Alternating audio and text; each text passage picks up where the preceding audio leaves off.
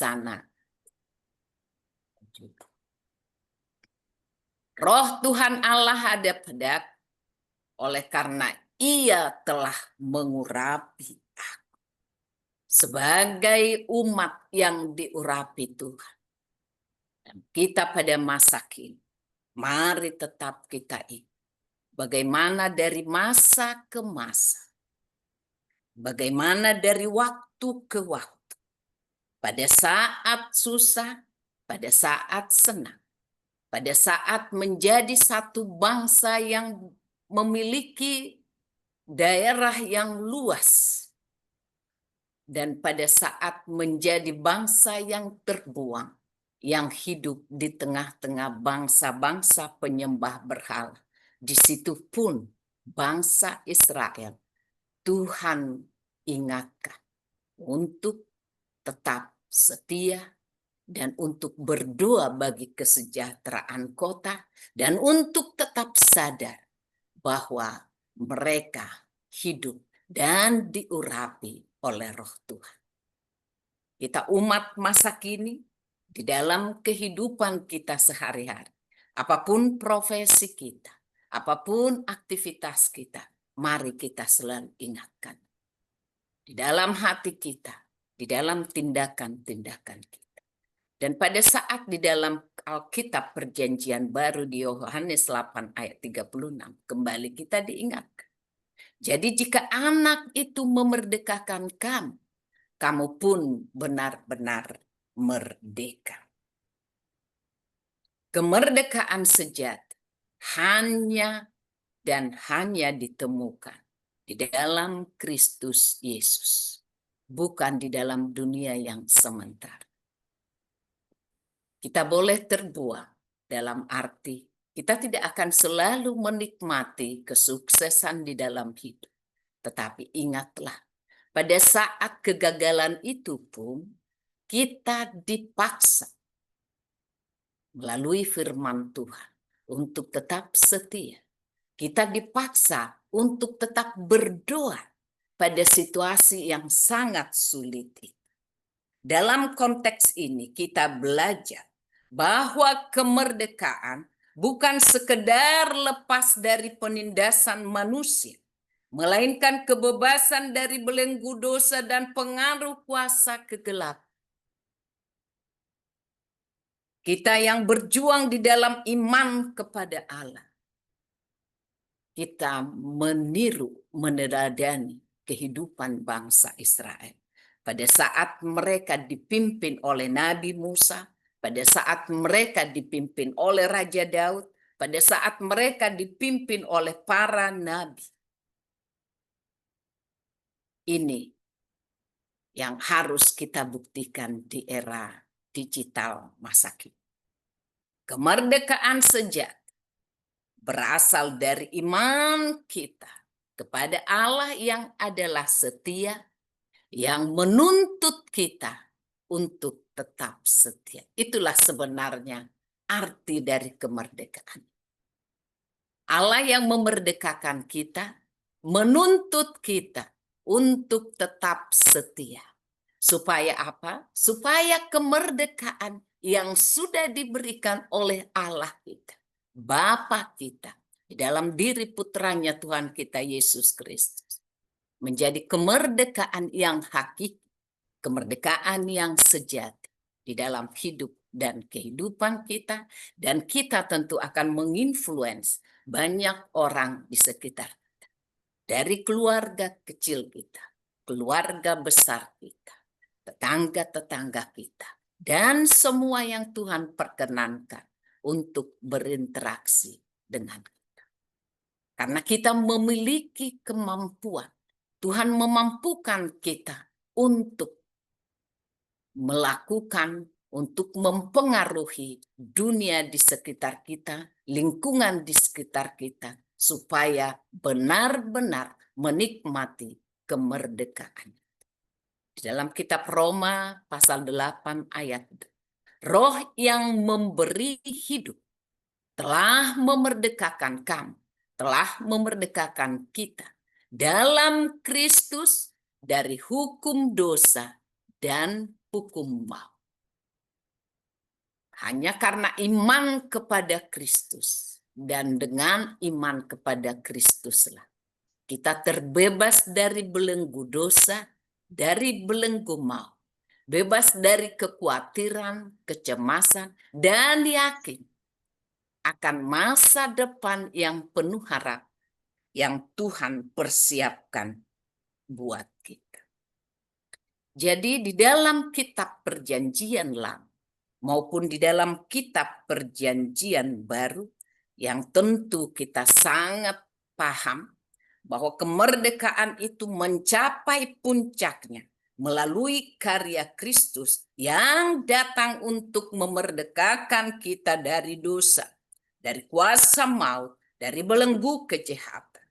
Dan sebagaimana di dalam kitab Roma 8 ayat 2 ini, di mana Rasul Paulus kembali menegaskan kepada kita, mengingatkan kita untuk ingat akan tugas panggilan kita. Kita yang sudah dimerdekakan, maka kita wajib untuk memerdekakan orang lain melalui Great Commission, melalui pewartaan sabda-sabdanya. Kita yang sudah dimerdekakan, maka kita punya tanggung jawab untuk memerdekakan. Itulah sebenarnya kemerdekaan sejati. Tidak ada kemerdekaan sejati apabila pada saat kita menerima kemerdekaan itu, kemudian itu kita buat di dalam satu kerangka, di dalam satu keranjang yang kita kunci dan hanya kita yang memiliki. Kemerdekaan itu yang sudah kita terima melalui pengorbanan Kristus harus kita wartakan. Dan ini adalah tugas panggilan semua umat beriman. Adalah tugas panggilan semua umat beriman. Di dalam Efesus pasal 6 ayat 13. Sebab itu ambillah seluruh perlengkapan senjata Allah supaya kamu dapat mengadakan perlawanan pada hari yang jahat itu. Hari yang jahat kita sudah baca di awal tadi. Bagaimana di kitab Imamat, di dalam setiap proses kehidupan dari bangsa Israel, Tuhan yang senantiasa menjagai mereka di dalam perjalanan mereka dari perbudakan di Mesir menuju kota terjanji, menuju tanah perjanjian. Tuhan menaungi mereka dengan awan pada saat di panas terik. Tuhan memberikan cahaya untuk memanasi tubuh mereka pada saat di kegelapan, pada saat mereka kedinginan. Dan perlengkapan-perlengkapan senjata Allah diberikan juga untuk kita pada masa itu. Bukan perlengkapan senjata yang berbentuk fisik, yang akhirnya menyengsarakan kehidupan, yang menyengsarakan lingkungan hidup, yang membunuh banyak anak-anak, yang membunuh banyak para lansia. Tetapi persenjataan kita, perlengkapan kita adalah senjata yang sudah Tuhan berikan kepada kita melalui Roh Kudus yang tercurah dan yang memimpin hidup dan kehidupan kita. Roh Kuduslah sebenarnya yang memampukan kita untuk berjuang, melakukan Great Commission. Kita dimerdekakan untuk memerdekakan. Dan supaya kita mampu memerdekakan orang lain, maka kita gunakanlah seluruh perlengkapan senjata Allah. Roh Kuduslah yang akan memampukan kita untuk bersama-sama menjawab tugas dan panggilan kita. Memerdekakan orang. Hanya orang yang merdeka yang mampu memerdekakan orang lain. Orang-orang tawanan tidak akan pernah. Jadi pada saat kita dimerdekakan dan kita mengunci kemerdekaan itu untuk diri kita sendiri, kita sama seperti orang tahanan. Kita sama seperti orang tahanan yang tidak memberikan pengaruh kepada orang lain.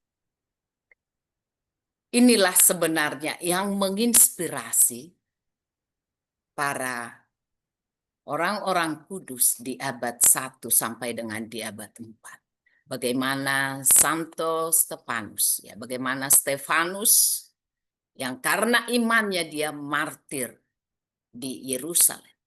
Bagaimana Polikarpus dari Smyrna yang juga martir karena kesetiaannya kepada iman Kristen.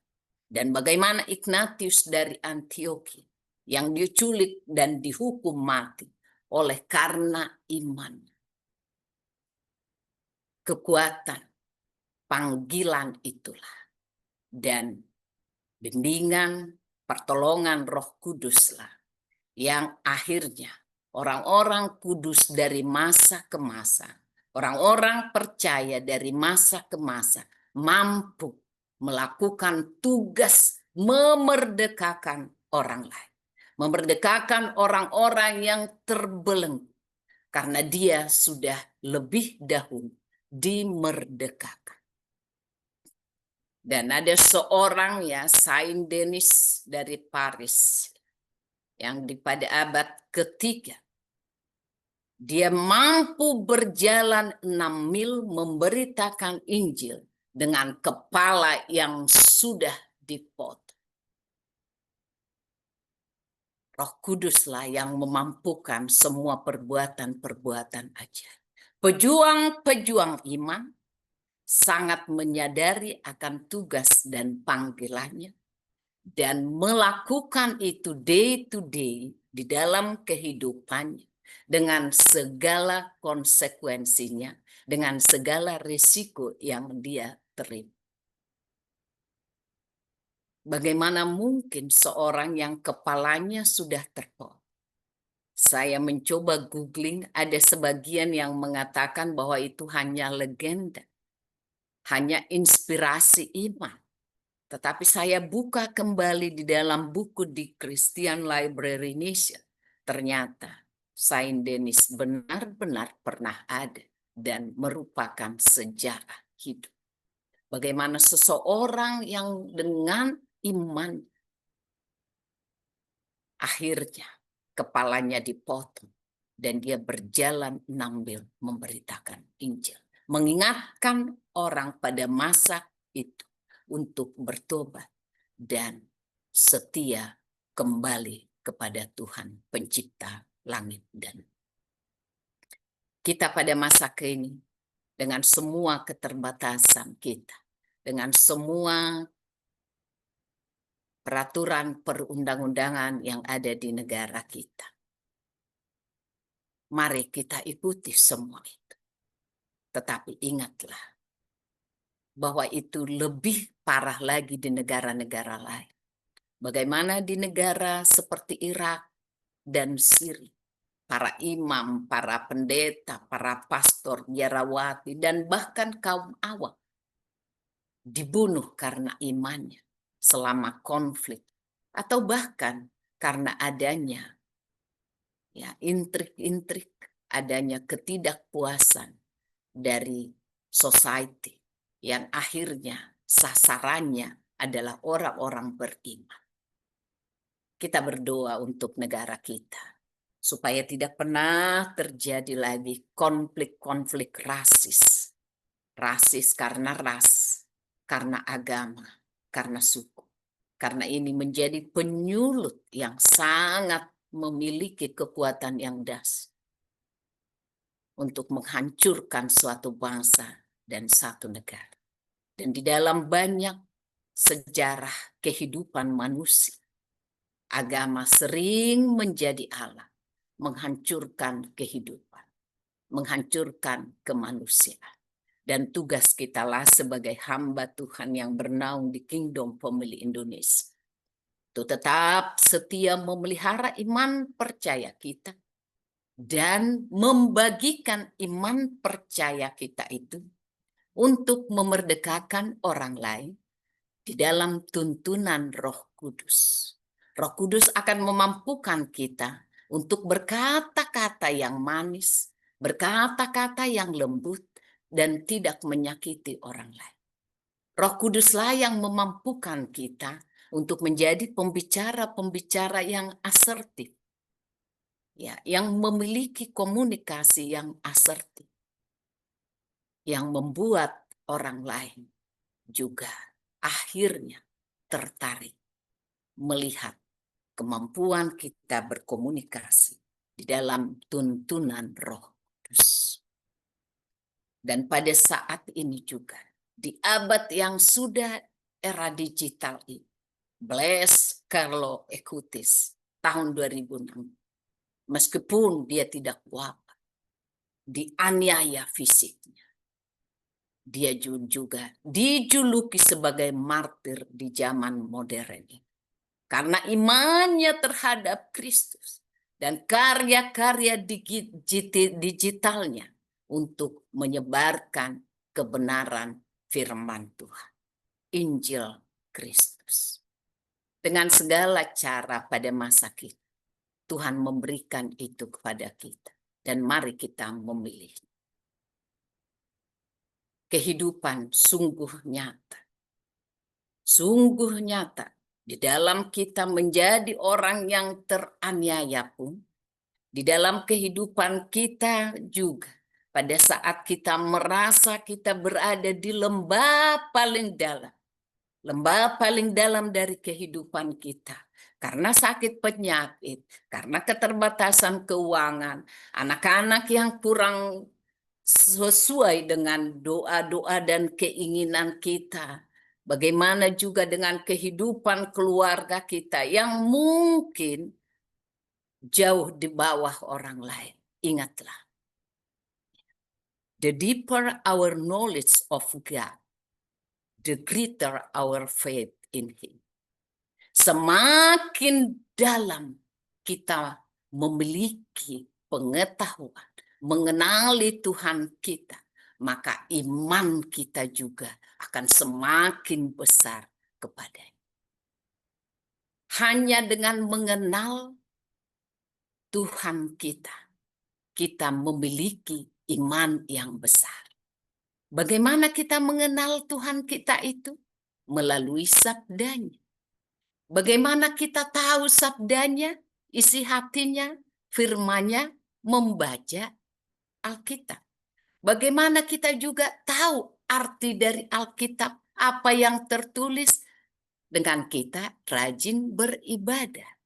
Karena akan ada hamba-hamba Tuhan yang mencoba untuk memberikan, mengeksplorasi arti dari firman Tuhan.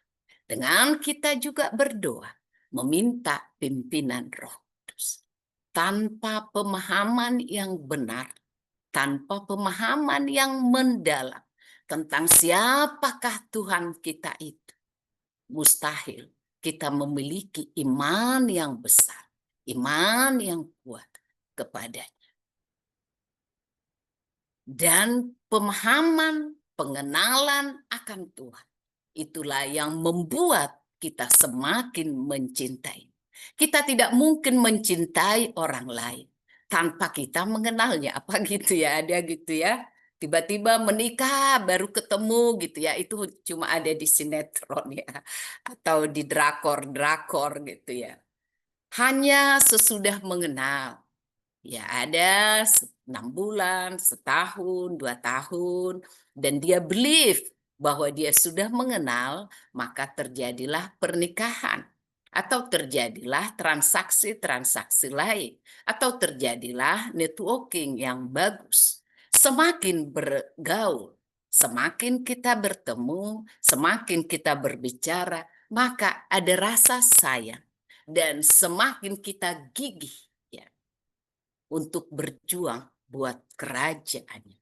The more we love God, the more passionately we fight for His kingdom. The more we serve Him, the more His glory shines through our lives. Semakin kita melayani Tuhan kita, dan semakin bersinarlah kemuliaannya di dalam kehidupan kita. Semuanya dimulai dari pengenalan akan Tuhan kita secara mendalam. Dan akhirnya akan bersinarlah kemuliaannya di dalam kehidupan kita.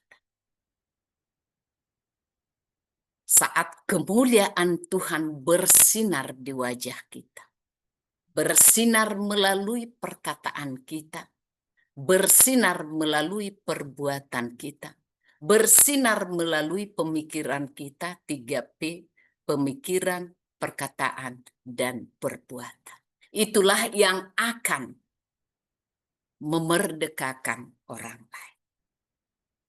Kemerdekaan sejati hanya dan jika hanya kita benar-benar mentransfer kemerdekaan itu kepada orang lain. Kita dengan yakin dan percaya, dengan hati yang sungguh-sungguh, berani melakukan sharing tentang iman kita. Beriman dan sharing tentang iman. Beriman tanpa sharing tentang iman, itu adalah iman yang mati. Itu bukan kemerdekaan sejati. Kemerdekaan sejati adalah pada saat semua orang percaya, orang beriman, mewartakan, berani untuk berbagi tentang imannya di setiap waktu, di setiap kesempatan. Dan Roh Kuduslah yang memampukan semua umat beriman dari masa ke masa. Sebagaimana di saat abad pertama, bagaimana Stefanus, Polikarpus, Agustinus. Kemudian di abad ketiga, bagaimana Tyr. Akhirnya juga karena imannya yang dibagikan. Ini ya Bapak dan Ibu, iman yang sudah dibagikan. Ya, keberaniannya untuk sharing imannya lah yang membuat dia harus dieksekusi. Dan dia jalani itu semua karena ada Roh Kudus yang menolong kehidupan. Jadi kita berbicara tentang iman yang dibagikan. Itulah kemerdekaan yang sejati. Kita harus terus berjuang bukan dengan kekuatan sendiri, tetapi dengan kekuatan yang diberikan oleh Allah melalui Roh Kudus. Mengikuti teladan tokoh-tokoh iman di dalam Alkitab. Mereka yang tetap setia dalam peperangan rohani dan mempercayai janji-janji Tuhan. Percaya tadi.